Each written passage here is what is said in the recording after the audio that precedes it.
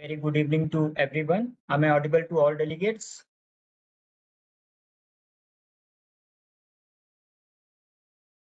Very good evening, sir. Very good evening, Dr. Amit. I hope I'm audible to all delegates also.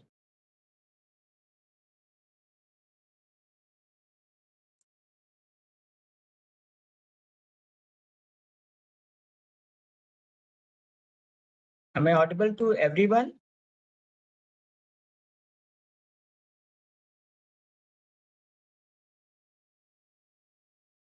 Yes, thank you. Thank you so much. So again, a warm welcome and a very good evening to all dignitaries, organizers, esteemed faculty members, our respected resource person for today's session, Dr. Girish K, sir, and all delegates presented in today's the last session of this certificate program on effective research writing. It is with a great pleasure that we introduce our distinguished resource person for today's online session of the one-month certificate program, Dr. Girish K, sir, who is a highly accomplished professional in the field of Ayurveda, specializing in Kayachikitsa, general medicine. He earned his graduation degree from the University of Mysore in 1998 and completed his post-graduation and doctorate at the prestigious Gujarat Ayurveda University, Jamnagar, Gujarat. Currently serving as a professor and a vice principal at the Patanjali Ayurveda College, Haridwar, has been mentored by revered figure in the field, including revered Acharya Balakrishnan ji, Dr. Prasanna Narsimha Rao ji, and Dr. Madhav Singh Baghel ji. Dr. Girish K. sir's extensive professional journey includes serving as the research coordinator and member secretary at STM College of Ayurveda and Hospital, Hassan, for 6 years. His commitment to advancing Ayurvedic knowledge is evident through the publication of several original research papers in national journals, specializing in Vajikaran Tantra. He has also contributed significantly to the management of male infertility and male sexual problems, alongside his interest in gastrointestinal and rheumatological disease.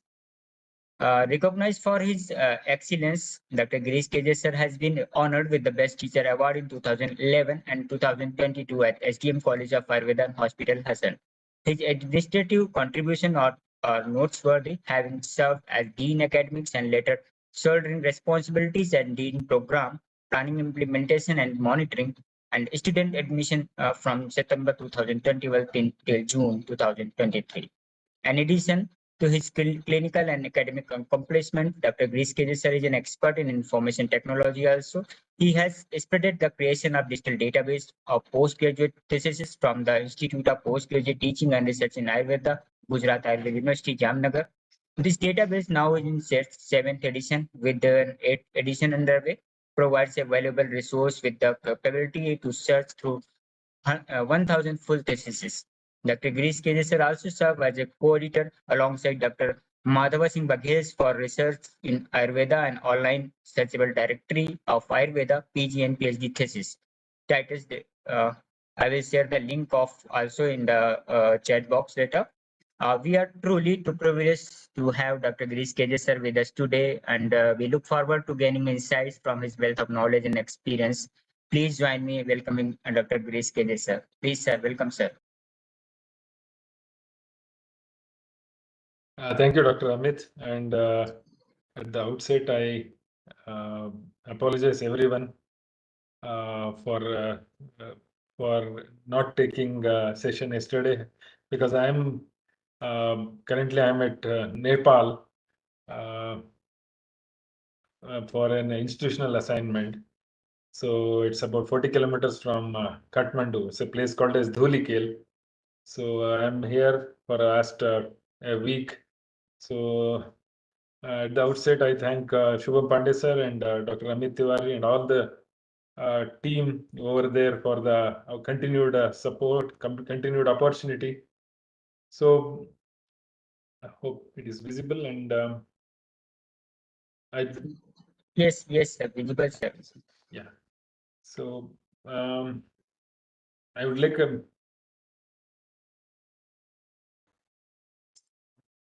to make a disclaimer in the beginning that I'll be sensitizing all about what is all about plagiarism, and what are the guidelines that would make your paper or your publication look original. What are the precautions that you have to take? So these are the contents. I'll be dealing with the basics and what is the significance of plagiarism, what it really means, various types of plagiarism, and how to avoid. Then what are the statutory aspects and the software to check plagiarism at last take-home message. I'll not be telling how to check, but because it's a matter of you send it to the librarian, they will check it and get back, get back with the result. So I'll not be dealing it about how to check, but I'll be just sensitizing you about what are the softwares. And at the outset, I want to make a big disclaimer, acknowledgement that the total material that I have taken is from this document. There is nothing that of mine. I have to acknowledge it. So here is the document, if it is visible, So by doing so, I'm acknowledging whatever the text, first of all, ideas, text, pictures, whatever that I have taken is from this document. So the very nature of acknowledging, the acknowledging is called as is all about plagiarism, right? So it's all about using the words.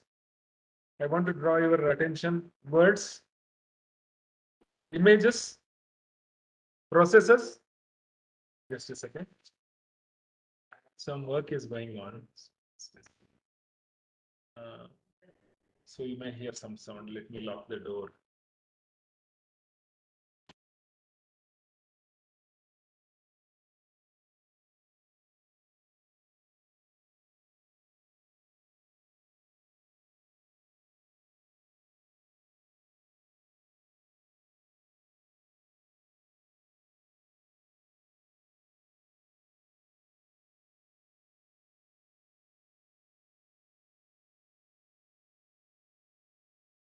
Sir, you are muted. Kindly unmute yourself.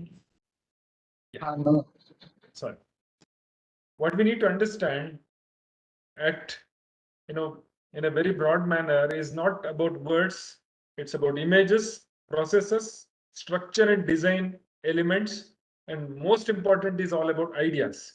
What we think is in terms of words. Plagiarism is not only about words, it's about ideas. Dear friends, we need to understand it is copying it from somebody or using it from somebody's ideas, words, images, processes, structure, and design elements, and presenting them as their own. Maybe in published books, conference, or in whatever the manner. It need not be only books.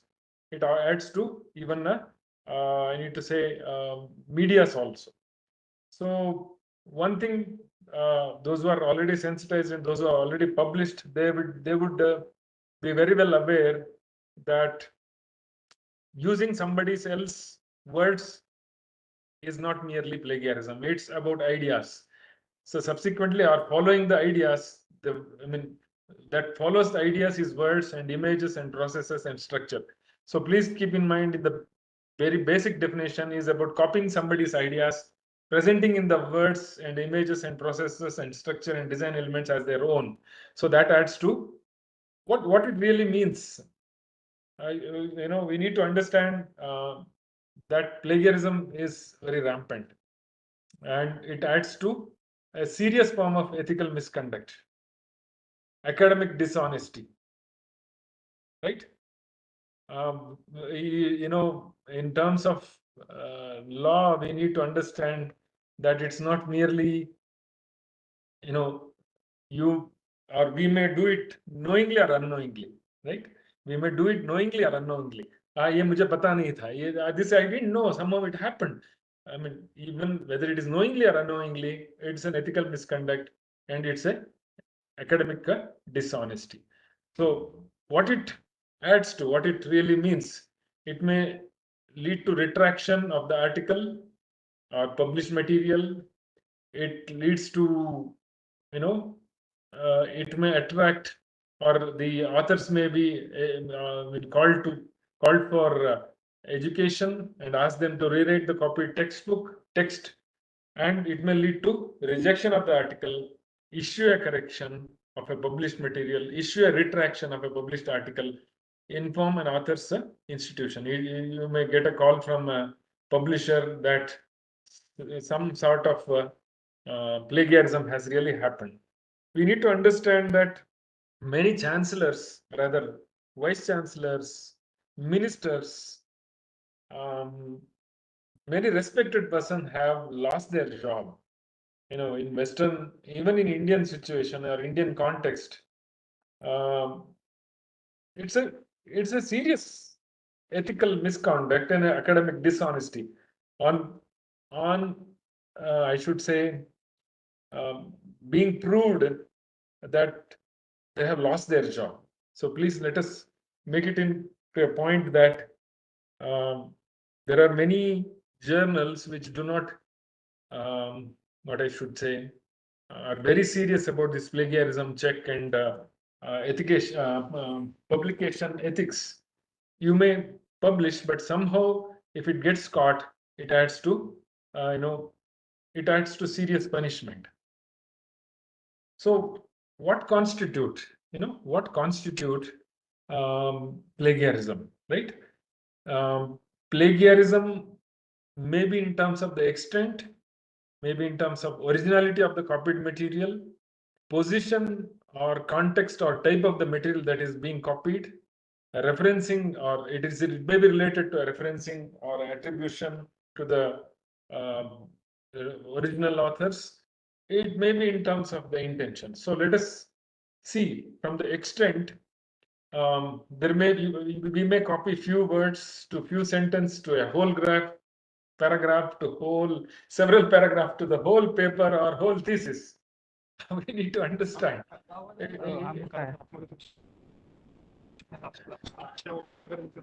Oh, Shall I go ahead? please continue, sir. Okay.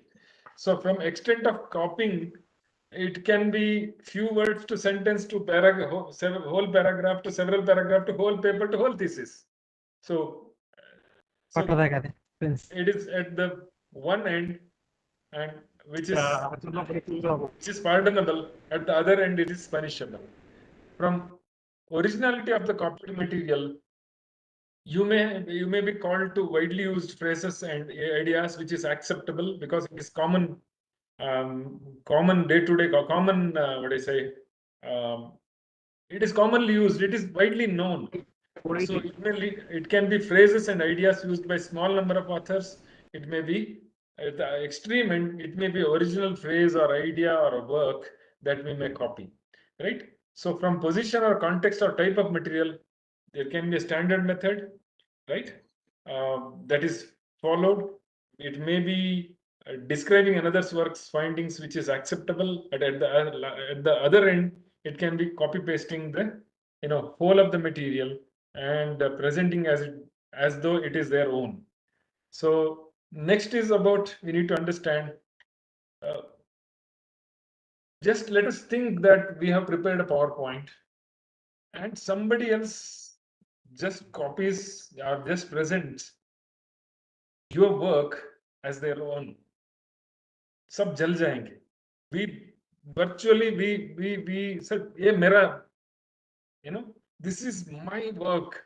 How come somebody else has copied it and presented?" I mean, I'm just trying to make you sensitize and feel what really the plagiarism is all about. It's not simply about passing the um,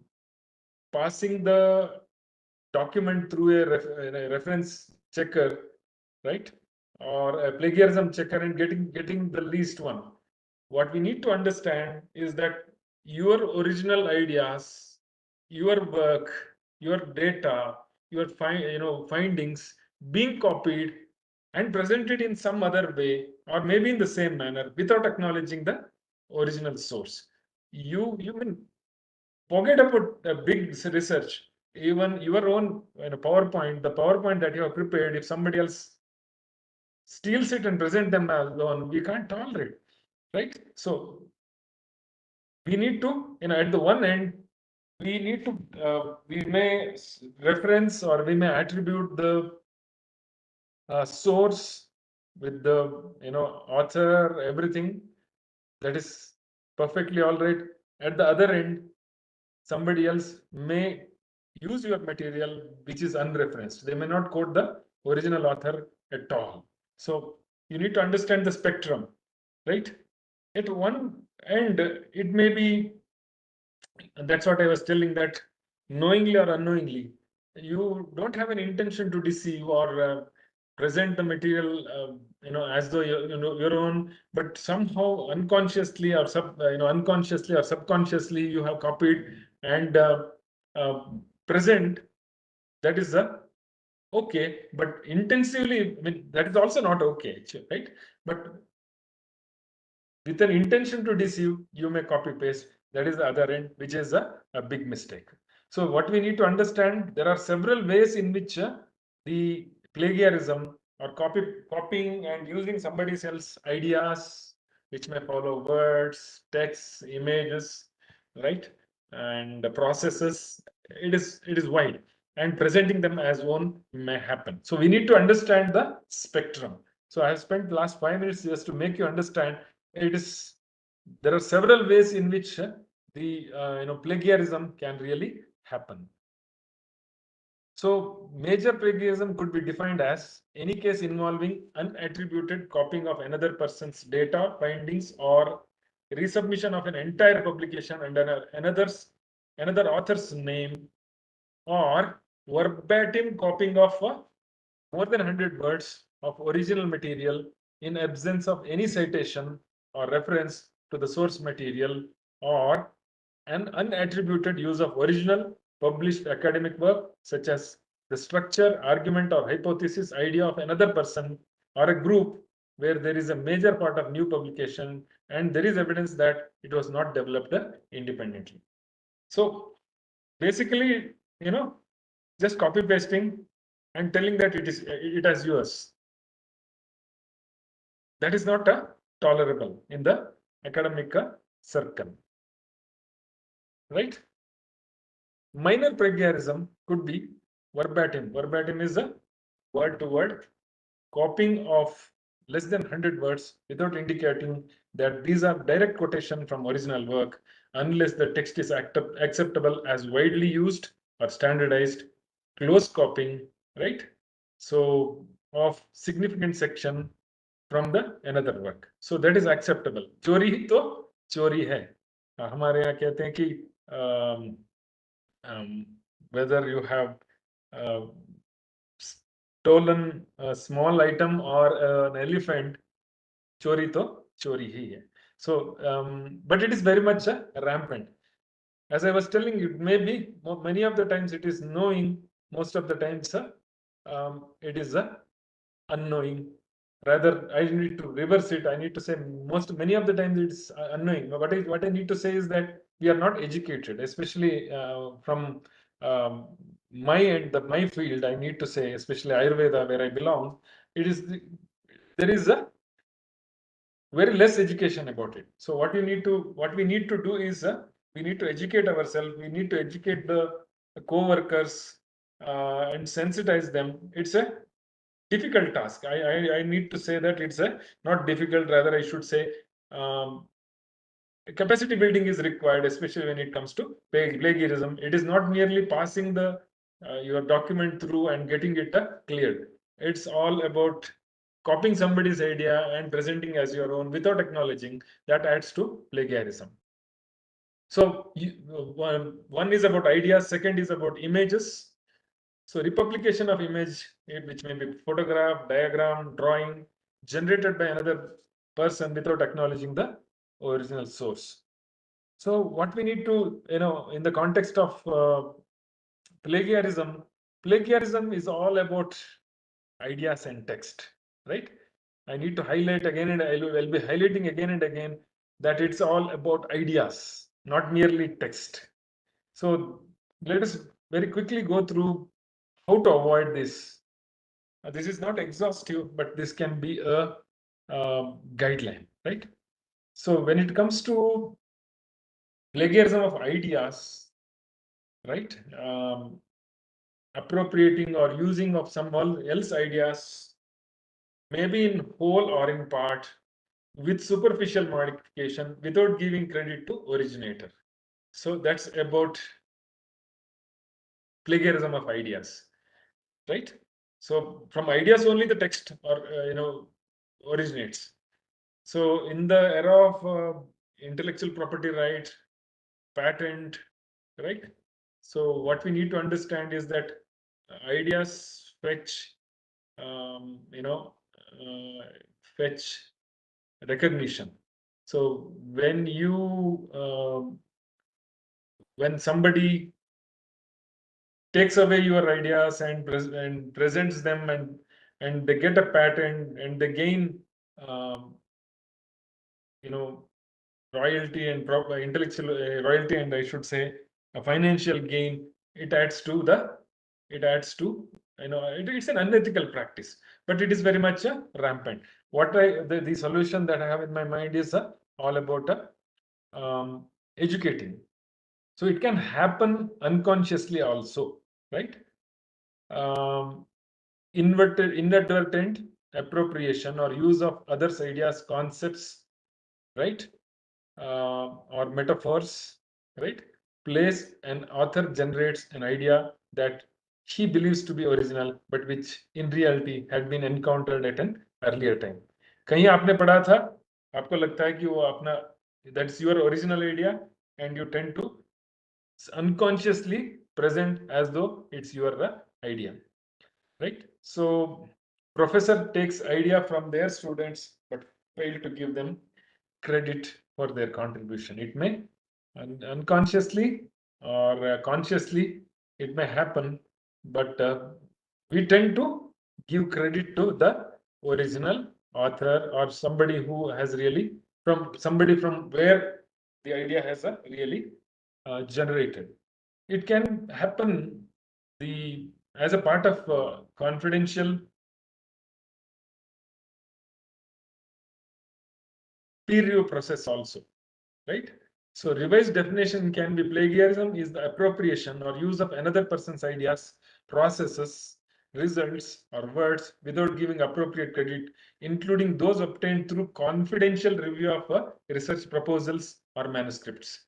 So most of us are researchers. Somewhere we will be doing peer reviewing, and we may get idea during the process of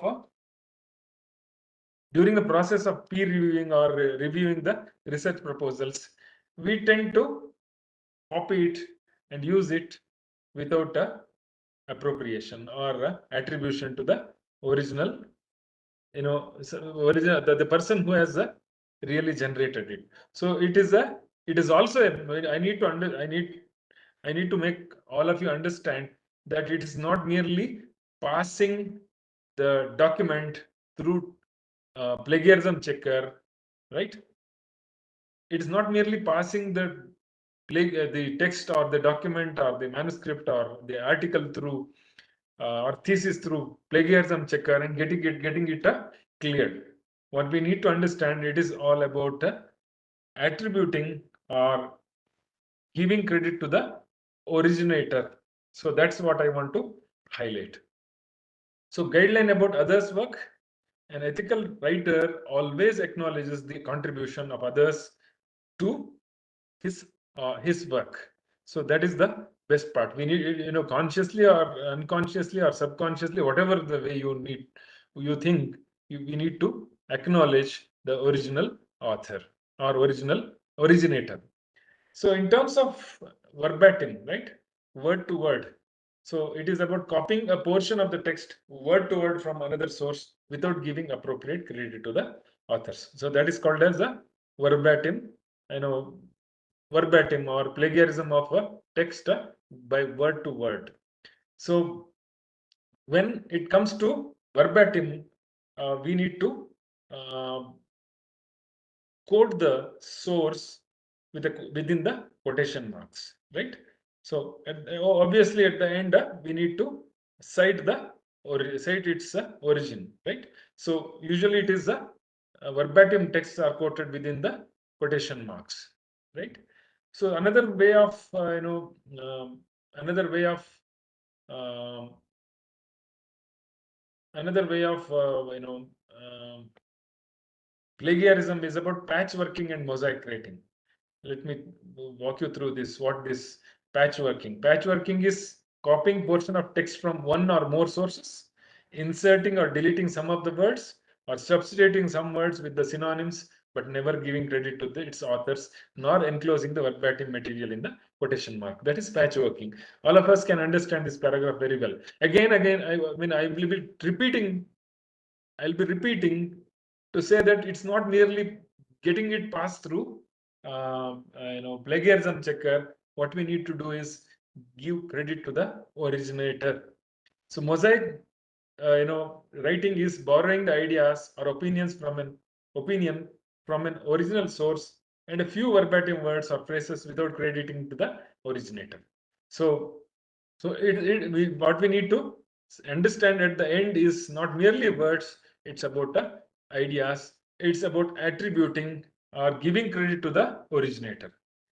Next, most common type of plagiarism is about this is I think 99% of the times a beginner researcher would do is inappropriate paraphrasing, right? Taking portion of text from one or more sources, crediting the authors, but only making cosmetic changes to the borrowed material, such as changing one or two words, simply rearranging the order, voices, and tense of the sentence is not a paraphrasing. Most of us would do this as a beginner. I think when it comes to scientific writing, the art of paraphrasing, I think, is core to become a good scientific writer.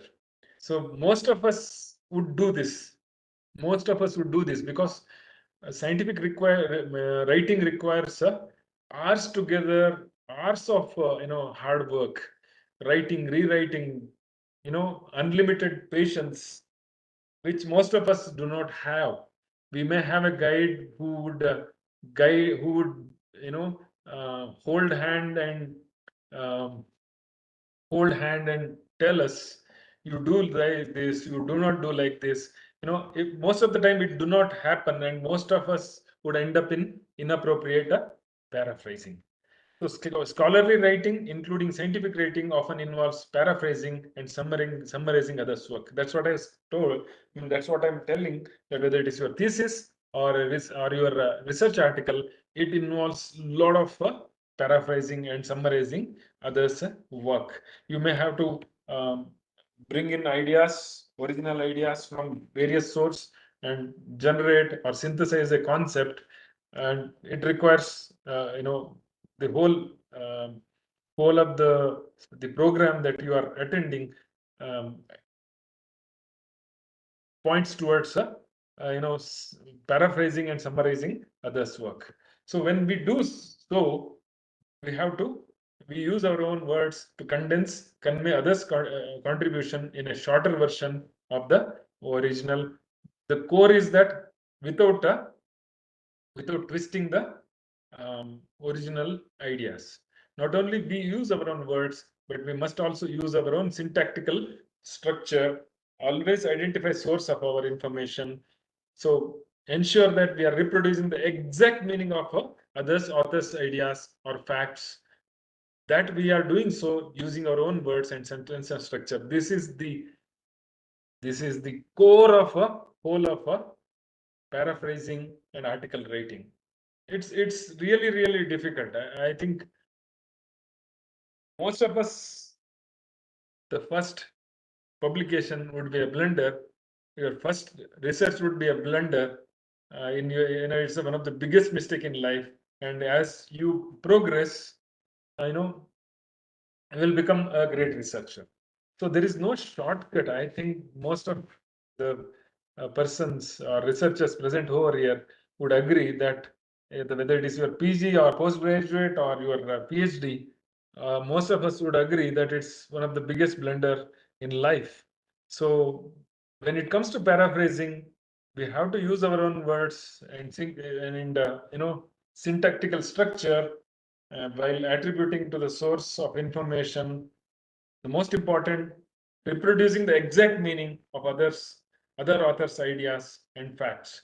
So it's a difficult task. So here is paraphrasing highly technical language is again a challenge. So you can go through the paragraph. So when you do so, one must have a thorough command of the language and a good understanding of the ideas and terminologies being used. I think the certificate program that you are undergoing, you must have taught you uh, over a month that you need to have real good command over English language and proper use of the language to express the ideas, and you would be knowing what are the terminology being used. So context, the ideas, and the context and the presentation, so that it gets through the various stages of peer reviewing, requires a lot of hours of lot of hard work and hours of a dedicated midnight loss of sleep, right?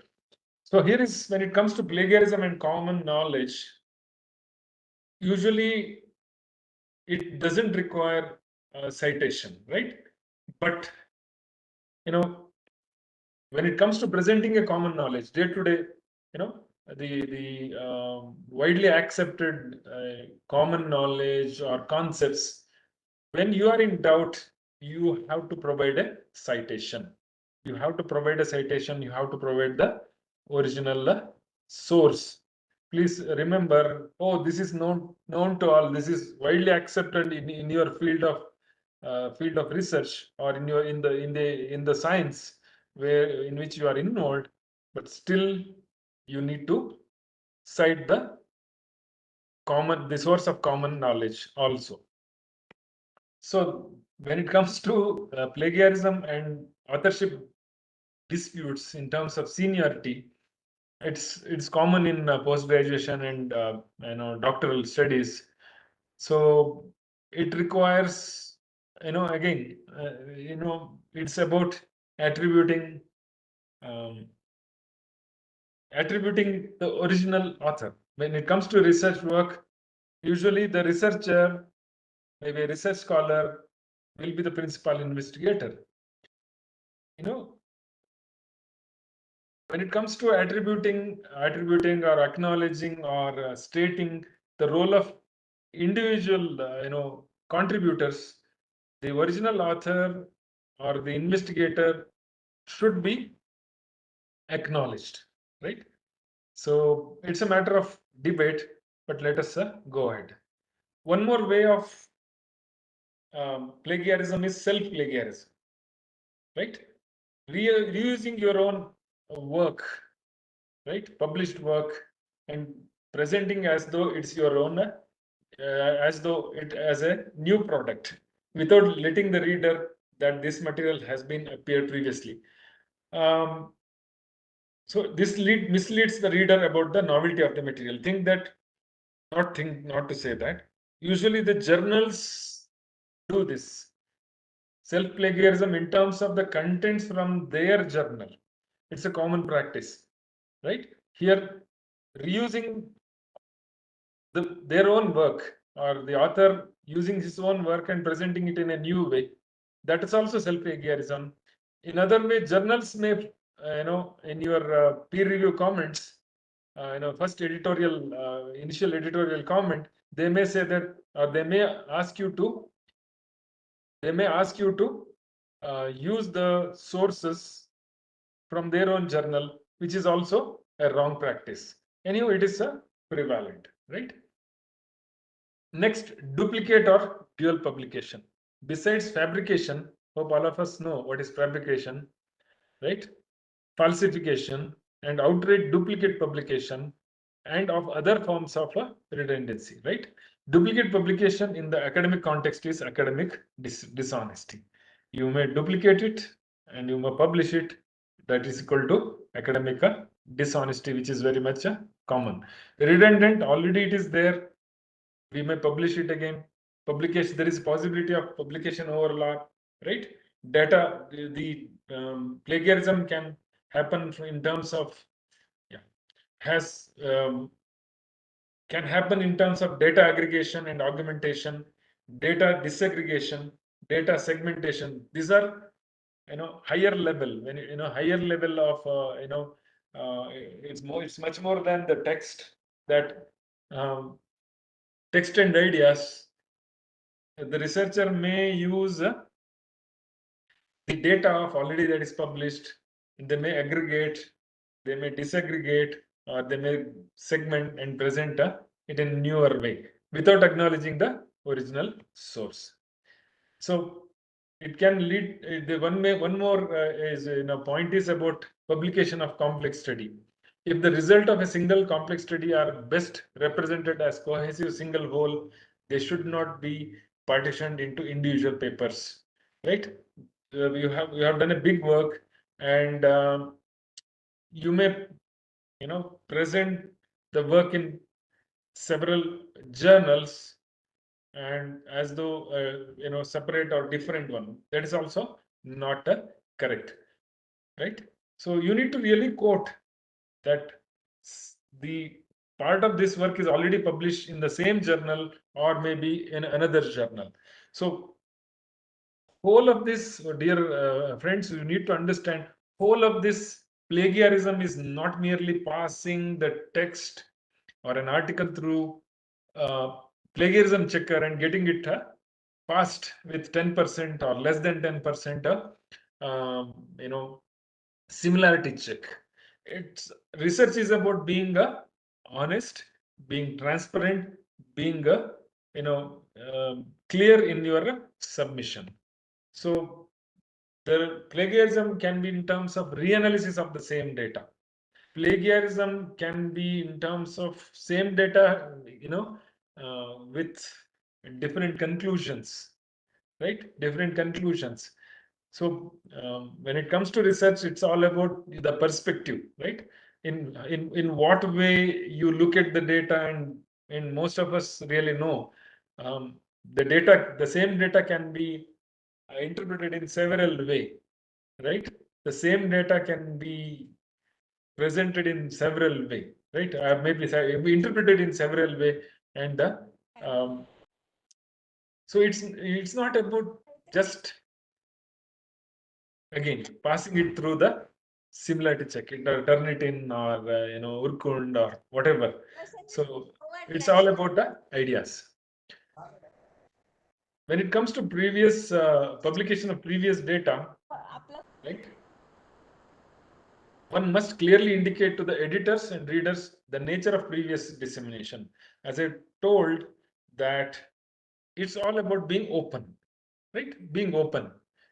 Next, one more way of plagiarism is text recycling. Avoid reusing their own previously published text unless it is done in a manner that alerts readers about a reuse, or one that is made consistent with standard scholarly conventions.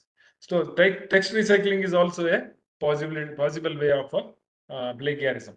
So self-plagiarism within and across various other dissemination domains like conference to conference, most of us would do this. This is my work. I have every right to present. So that's also a kind of once it is published, you need to say that this has been published or this has been presented, and most of us would not do. You may present the material or the research work that is presented in the conference, and you may publish it in the journal or article. So you need to quote, you need to alert the editors that it has been published or it has been presented. So what we need to, dear friends, you need to understand, it's about being, it's all about openness. it's being explicit and open, right? It may happen that we may publish or present journal article to journal article, or from journal article to the textbook. Everywhere, you need to be open. You need to be open. You need to be explicit. You need to state, right? It is important to check within the publisher or copyright owner regarding specific requirements for permission to quote from or adopt a copyrighted material. From dissertation to journal article, vice versa. If acceptable, the authors must nevertheless include a note in the journal article or book indicating that the work is based on the author's thesis or dissertation work, right? So it's in the end, or in somewhere in acknowledgement, or somewhere, I need to say, you have to make a claim, right? You have to make a you need to make a claim, right? Conflict of interest. Somewhere you need to make a claim that it is based on so and so work, and so is the funder. So the conflict of interest, it adds to the, if it not done so, it adds to the conflict of interest.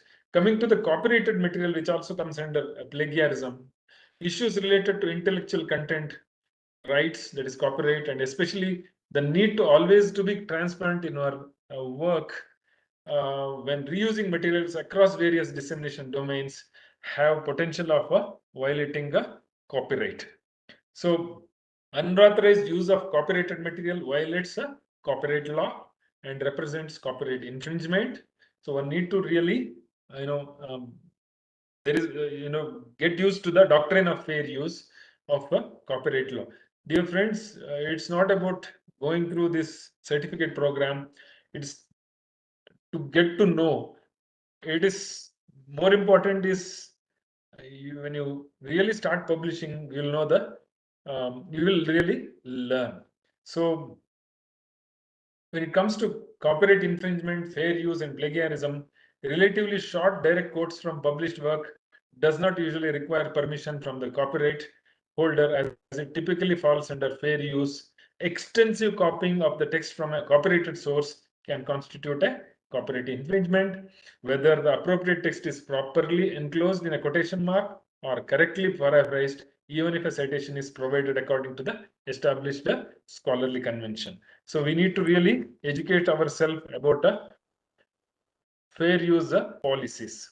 So authors are strongly encouraged to become familiar with the basic elements of a copyright law. So when it comes to plagiarism, it's very closely attached, or it is closely related to copyright also. So when it one more important aspect of publication is citing the source in a proper manner, whether it is Vancouver style or American Psychological Association or Harvard style, right? So when it comes to citing the reference, most of us do not when it comes to a low quality journal, or or so-called mediocre journals, um, we tend to make mistakes. Even that adds to that's not a correct practice. So because the reader should be able to find the source. So when it comes to citation practice, we need to double check the citations. Just a second.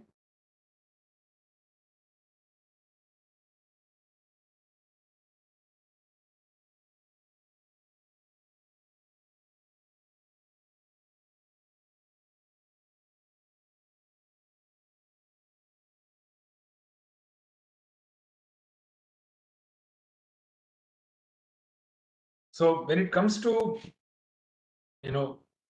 citation practice, we need to double check the citation, and we need to see that we have cited it correctly.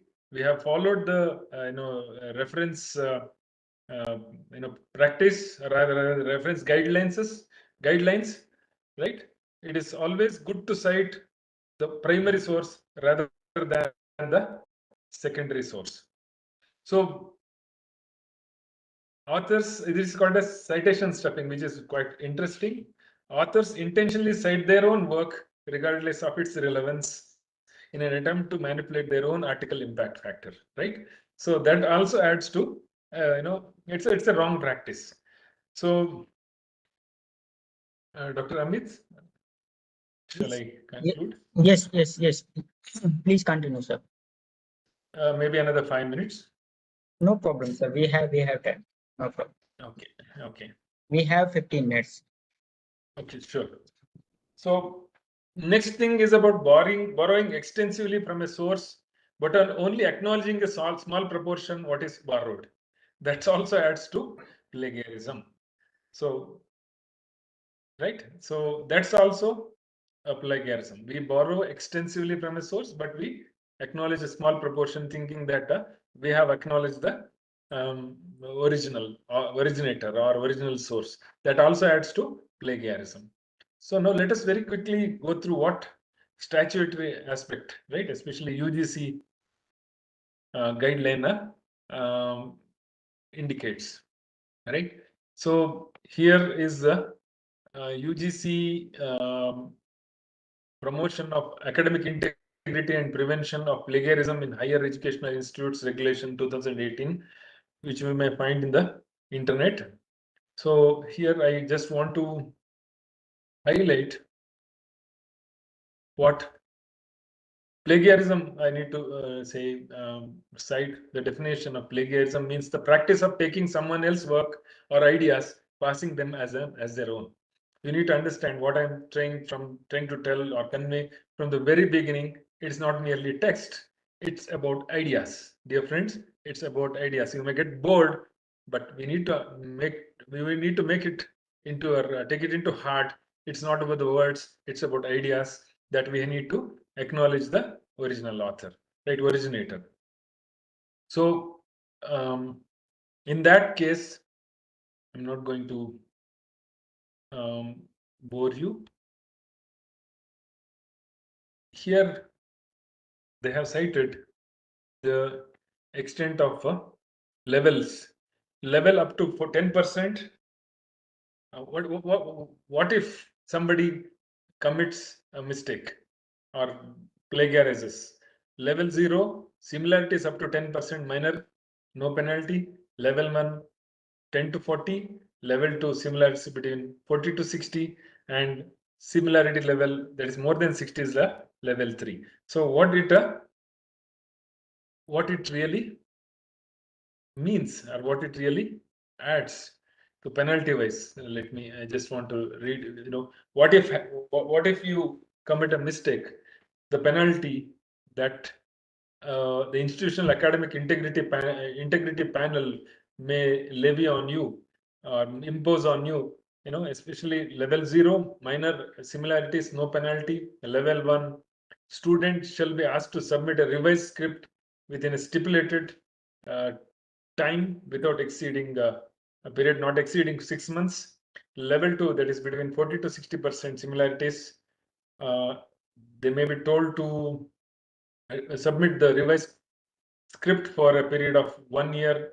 I mean, it adds to submission of the revised script and debarring for a period of 1 year. More than 60% student registration for that program shall be cancelled. So that is a kind of punishment when somebody commits a academic dishonesty. So that's what the regulatory statutory aspects they really say, right? So what in case of publications less than 10% is acceptable. That's what is expected. Similarity level between 10 to 40%. With the author may be told to withdraw the manuscript. Between 40 to 60, that is level 2. Besides withdrawal of the manuscript, right? There may be denial of annual increment, shall not be allowed to supervise any new masters. It's for the guides, right? And above 60, withdrawal, what is the punishment? Withholding the annual increments shall not be allowed to supervise. So what you need to understand, whether it is knowingly or unknowingly, plagiarism attracts in the academic circle or academic environment, it attracts a punishment. What we need to really understand, sensitize ourselves that academic dishonesty and unethical conduct attracts punishment in the academic circle, right? So let us come to the, okay, what can be excluded. So this whole plagiarism is all about text, expression of the ideas in terms of text, representation of the ideas and the facts and data in terms of images, flow charts, um, presentation of the ideas in terms of processes. There are certain way with the help of the software that we may check. So that is called a similarity check. When we check our, when we pass our the data, or rather the document through the software, there are certain sections which we may tell or dictate that the software to we may dictate the software to exclude, like all quoted work reproduced with all necessary permissions. We may tell the software to exclude all references, bibliography, table of content, prefaces, and acknowledgement have to be excluded. All generic terms, laws, standard symbols, standard equations, standard operative procedures, we may have to exclude because they cannot be changed. So we need to be aware about that. So there are several softwares: cross-check, Turnitin, Authenticate, Orkun, whatever the plagiarism checker that is available in your university. You may use it. These are the most commonly used plagiarism checker, which will help you to find the similarity check. Through similarity check only, that is the only way out, right? Again, I need to highlight, according to the guideline of the institute or the university, the level can be set. If the university or if your research committee expects you to have similarity check less than 15%, so that level can be set. So whatever the way, it gives you the most of you must have gone through one or the other way. You must have gone through the process of similarity check. Maybe your synopsis or your research proposal or your thesis manuscript. So it gives you the extent or the percentage of similarity, right? So you can get the output in terms of similarity report, content tracking, summary report, and largest matches. So it will help you to make out, right? So it's about similarity check. You need to understand this. The very plagiarism check in terms of similarity is, plagiarism checker is not exactly, or rather I need to rephrase it or correct it. The similarity check through plagiarism checker is not a foolproof system.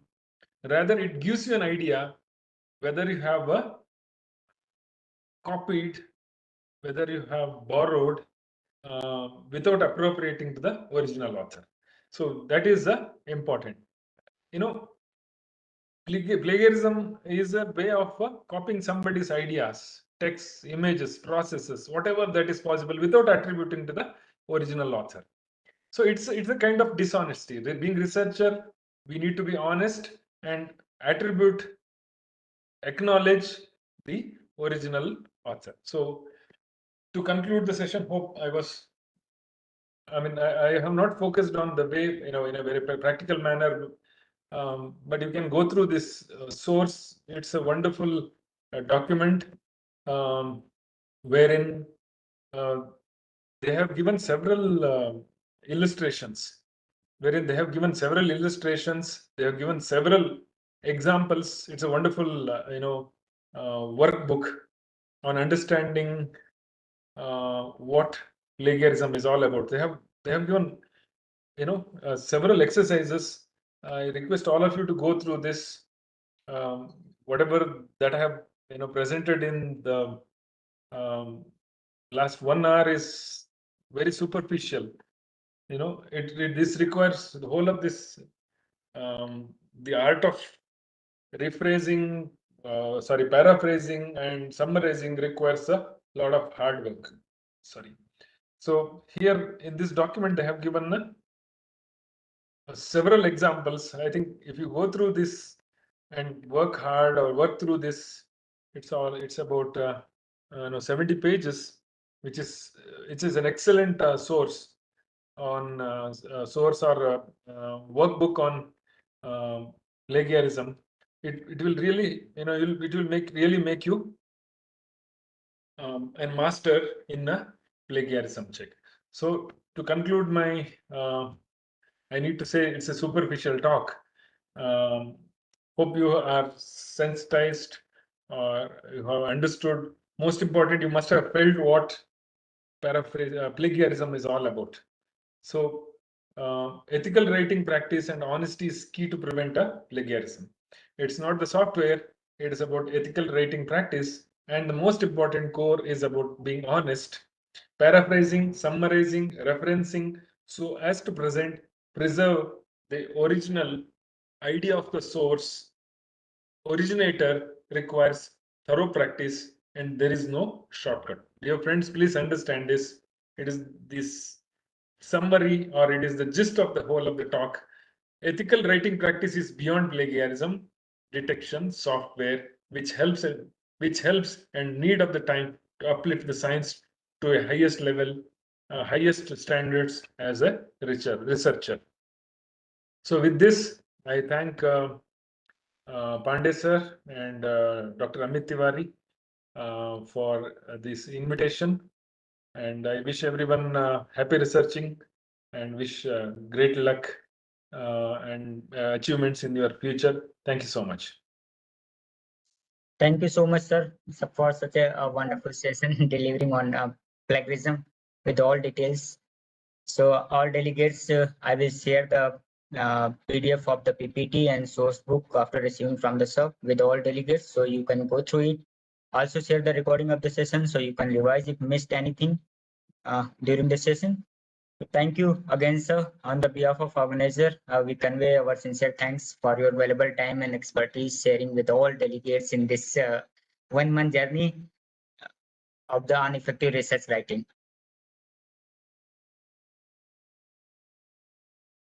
Hello.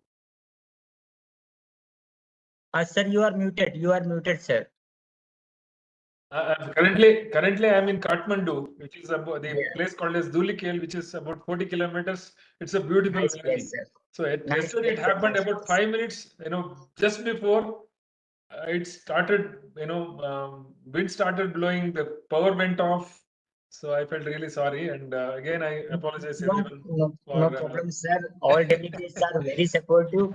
And yesterday we asked everyone to, can I postpone the session in this situation? So everyone supported that, allowed us to postpone the session. All thank you delegates so are much. very supportive. And sir, Sir, there I are have a few question. queries from the delegates. Hello. Like, yes, please.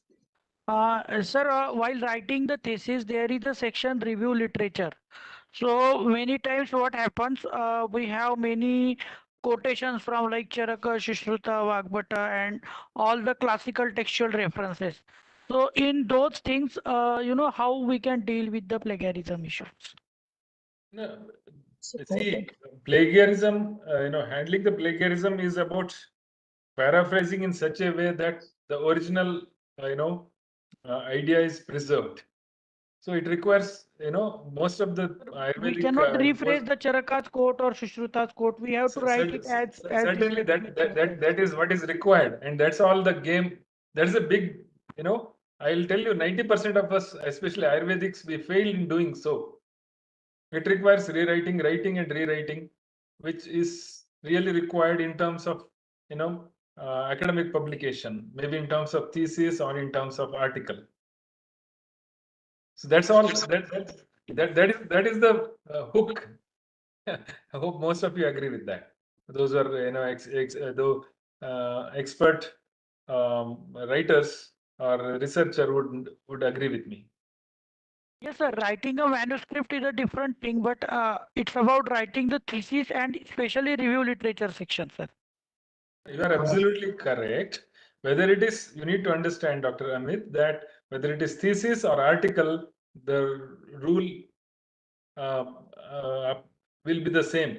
But in case of you are also correct, and I need to acknowledge that in review of literature, the level of similarity check requires to be relaxed. Or the level or percentage of similarity check will be quite high. I would agree with you. So it depends on the university, the agreement of university research committee about that, right? So certainly you are correct to say that the review of literature would contain several sections where you may have to, you may have to quote the source, and there may be very less possibility of rephrasing, as a rather paraphrasing. And you may have to say, that's what I'm telling, verbatim may be there, but you have to cite the original author by preserving the original idea. Okay. Thank you, sir. Hello. Good evening, sir. Good evening. Yes. Sir, actually, my question is, sir, if anyone is want to do a particular textbook, do any MCQ book on a particular textbook, and previously not MCQ book on that particular textbook has been done. If anyone wants to do, is that plagiarism or not? You mean to say that you want to write a textbook? A particular MCQ book on a particular textbook. MCQs. On the textbook. Obviously, see, it happens that once you publish that book that contains MCQs and somebody else, finds that the author has copied the MCQs from some other textbook. No, not MCQ books has been published on that particular textbook, clinical textbook. You can see, Sir, dear she friend, you means can to ask publish if you can publish she is anything. writing a MCQ book on Charaka Samhita, and she asks, and she mentions some quotation from Charaka Samhita. So whether that will become plagiarism or not? MCQ is a activity, right? It's an activity book that will help to enhance the expertise or level or depth on the subject. So see, there are two aspects. One is about the original work, right? And the ideas and the words are not copied from somebody else's work of similar type, right? So you can write a textbook, but think that there is one more book of MCQs on Charak Samhita, and somebody the author has copied many of the portion. Sir, if it is not based on Charak or any other book, if it is based on any clinical book that is published by, for example, Estras or Kundu, that is clinical book, and no more MCQ book has been published yet till now. I think you can publish. Yes. Absolutely, you can publish. Nobody prevents you from publishing. By default, when you publish an original work, you hold the copyright. But if you have copied from somebody else's material, right, that's already published without acknowledgement, without permission, and when there is a copyright breach, certainly the other author or the previous author or the original author may sue. Okay, sir. Thank you, sir. Sir, what are the charges for those plagiarism softwares? You can check online. You can check online. It's quite expensive. It's quite expensive. Yes, So you have to approximate charges, I mean, for so institutional. it may be from 6,000 to 8,000 rupees per one pass. So you need to befriend somebody in the university to get it done free of cost. You have to befriend them. or as I know that all universities provide a student account of Turnitin as a free of cost to use with Yeah. their research scholars. So you can contact with your research. It also depends on the number of words. University. Number of words. It also word count also matters. So for some number of words, this is the charge. Beyond this will be the charge. So it's an expensive business. When you feel that your manuscript or the title, manuscript is almost near finishing level, then you can send it for plagiarism check. It's better to befriend somebody in the university library who would get it done free of cost. Okay. Sir, it's regarding whether the use of AI or whether that comes under unethical writing, or many students are writing their thesis or articles with the help of AI. So what is your opinion on that? I mean, it's perfectly all right, and most of us would use quillbot.com, right? The paraphrasing tool. It's all about idea, right? It's all about idea. You need to preserve the original idea, and you need to, dear friend, all of us need to understand that every word has its own meaning. Every word that we use has its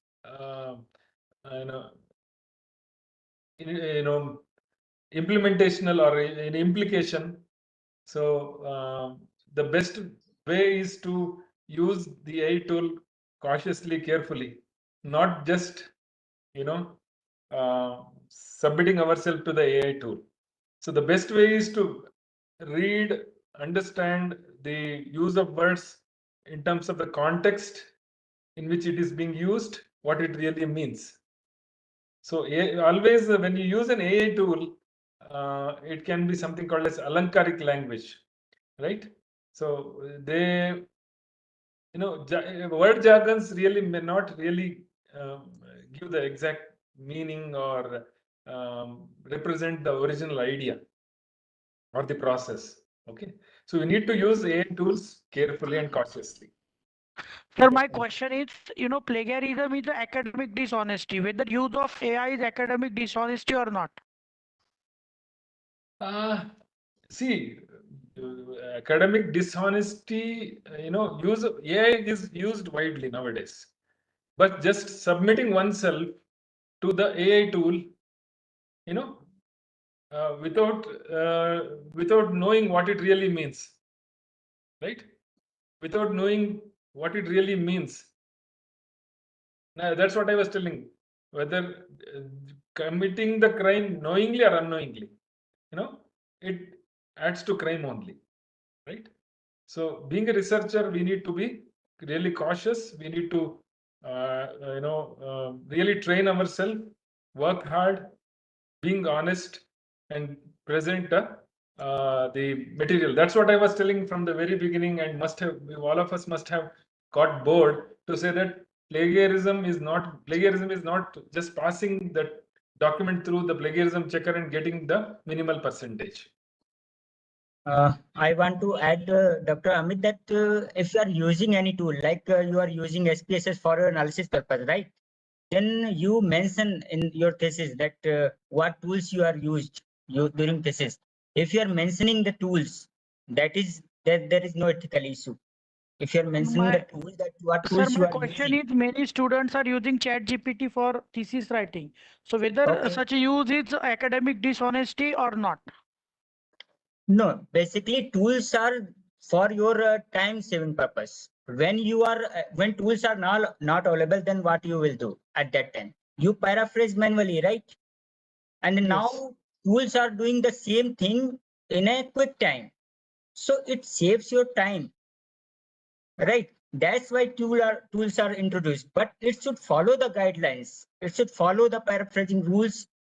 It should follow the rules that if you are saying that if you write any quotation, right, that will be written in the quotation marks, and you Yes. mention the name of the writer, then No, sir. it question is was, excluded.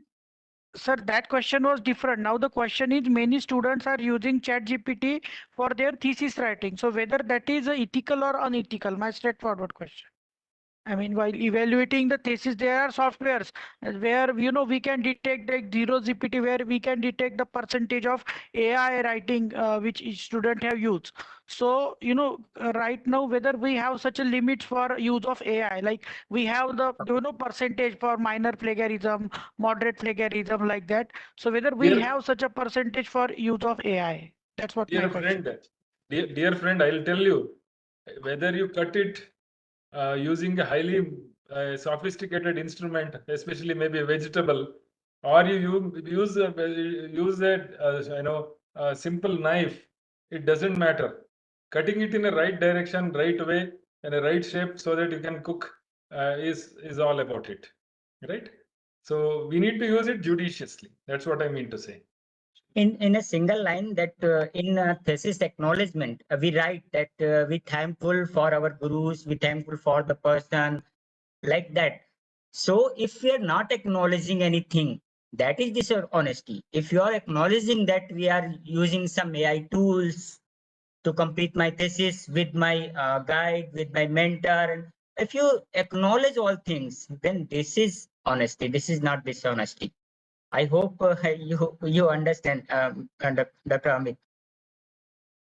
If you are not Thank you. acknowledging anything, that is dishonesty, right? If you are mentioning things properly, that from where you get the things, you are adding the reference for your writing. Everything is not your own content. So why we are using reference? Reference is using that we are taking help from other parent papers. In same way, we acknowledge our some guides also, some other teachers also. In our acknowledgement, we write clearly that thankful to my mother, father, and my mentor, my guide, my friend who helped me in the my completing my thesis, right? So if you're acknowledging everything, then this is honestly right. Okay, sir. Sir, Okay. I have a query. It's regarding self-plagiarism.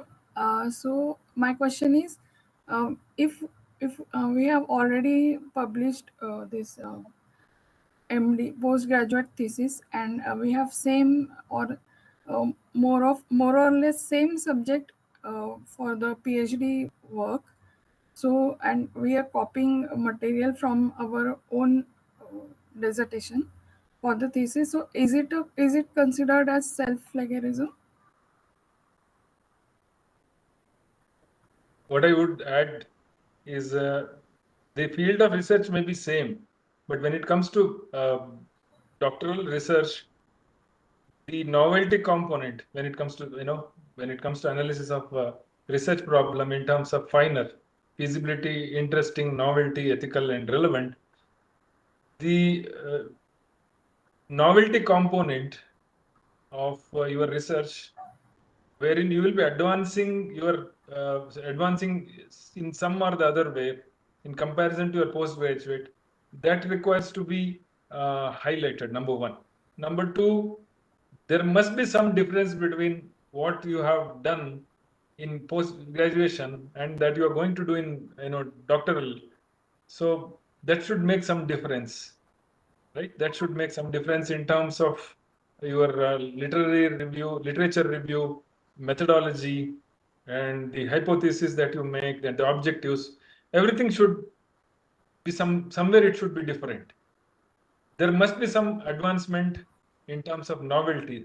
That's what I understand. Okay, sir. Okay, I got that. Thank you, sir. So thank you all delegates for wonderful queries. At the last, I want to add that the Information and Library Network Center in Philippines Center that introduced the Sodh Suddhi for plagiarism check. That is also available, initiated by the government of. Can you repeat? Yeah, I'm just sharing the link in the chat box, so everyone go through it. That is So the Buddhi, that is launched in less price. You also can check that government initiatives, and I'm just sharing in the chat box. That is So Suddhi.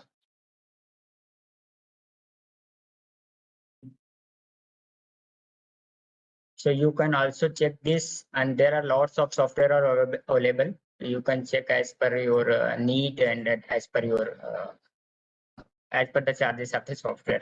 Etc. So I will share all things in the WhatsApp group. So this is the end of this program, and on the behalf of organizer, we again thank you so much, sir, for such a wonderful session and such a nice query session. Thank you so much, sir, for your presence in this program as a resource person. So thank you, everyone. Again, I add that try to use paid software, as some free softwares are also available, but they are not reliable. They bypass some things. So try to use any paid software. The Turnitin is mostly used in universities, and the Turnitin is upgrading with the AI detection also now. So it will detect the AI also. So you have to paraphrase by your own also. After using ChatGPT, it can detect. So thank you, everyone. Thank you very much for such a patiently hearing all sessions and supporting throughout the month of this program. Thank you, everyone. Thank you very much, sir, for your your valuable time, sir. Thank you, sir. So this is the end of today's session. And the validatory session date will be soon decided as per the approval from our chief guest of the program. We will share soon in the WhatsApp group. And anything else, you can message us. If this is not the end of the journey of research, we again meet with some new programs. If you have any query at any time, you can forward us. You can call us. If I am free, then I will receive a call. Otherwise, you can drop a message. I will reply whenever I get the time.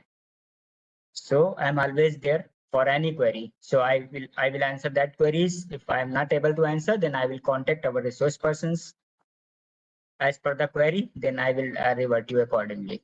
So thank you, everyone. Thank you for your patience. Thank you for support throughout this 1 month journey of the program. We again met in the validatory session of the program. And after that, the certificate distribution will be started. Thank you, everyone. Thank you.